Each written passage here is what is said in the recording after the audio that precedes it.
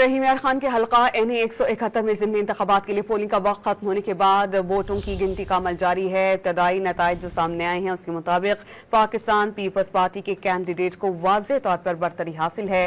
पाकिस्तान तहरीक इंसाफ के हिमायत याफ्ता कैंडिडेट दूसरे नंबर पर मौजूद हैं। NA 171 रहीम यार खान में ज़िमनी इंतखाबात थे। पोलिंग का वक्त खत्म होने के बाद वोटों की गिनती का अमल जारी है। इस पर हम बात करते हैं डॉनिस के रिपोर्टर जावेद अब्बास चौधरी से। जावेद अब्बास, आप हमें बताइएगा, गैर हतमी गैर सरकारी नताइज के मुताबिक कौन सा कैंडिडेट लीड कर रहा है इस वक्त?